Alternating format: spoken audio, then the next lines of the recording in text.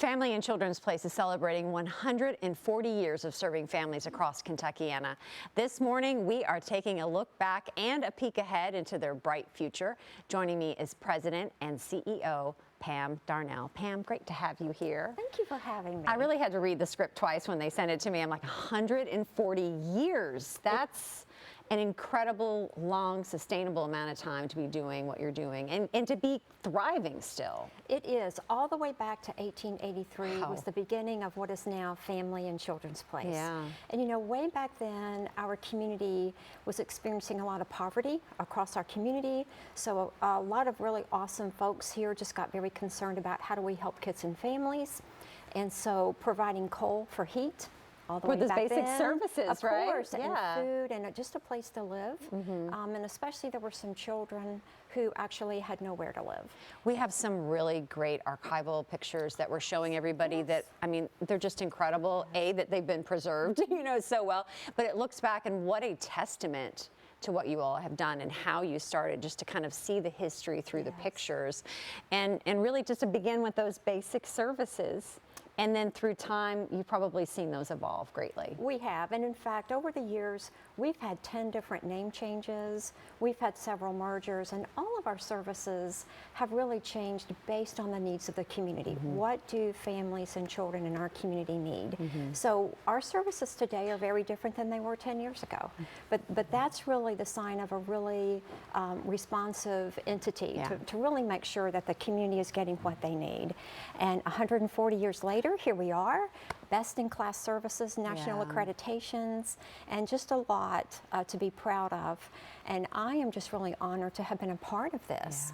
So it will be 30 years this September. Well, congratulations. Thank you. Thank you. That I will have been in this entity in some capacity, and just some wonderful leaders and staff before me that really helped to make this organization what it is today. And also a big support to the organization through the years has been the help of elected leaders, community members, advocates, having kind of that team that's always cheering you on and ready to always say, hey, what do you guys need?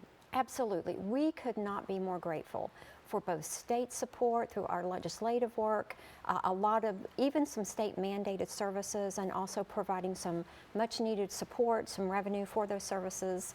And even locally here, our Metro Louisville government has supported our work over the years through various grant opportunities. And we know that for kids and families to have what they need and to make our community and our state better, it takes public investment and it takes private investment as well. Working together in tandem to achieve your goals. For many, many years, you were just focused on Kentucky. When did you expand your services to Southern Indiana? So we've been working in Southern Indiana for almost 40 years.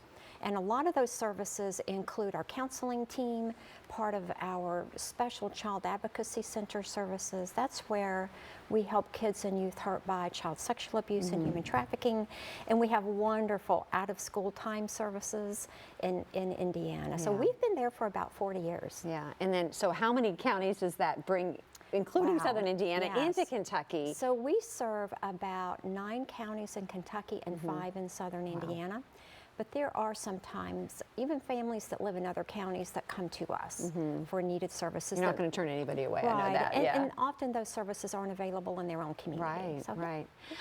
It's so cool to look back at those pictures, and I know you're excited to look forward to the future and kind of what is on the horizon here, maybe even in the springtime, and any bigger plans that you all are ready to announce. So we always have our April Child Abuse Prevention Awareness event, and it will be a lunch on April the 18th.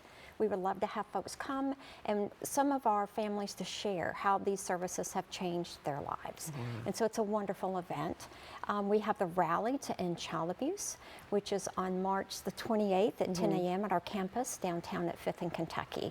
And this is just a 20-30 minute program. We have a lot of awesome speakers who come that will include Morgan McGarvey, Congressman McGarvey, Lieutenant Governor Coleman, and many others who will just speak about the need for our community to stand strong against child abuse and family violence. And a great way, I think, for people just to stop by, listen to what you all are doing, and you never know, may speak to people that are like, I want to get involved.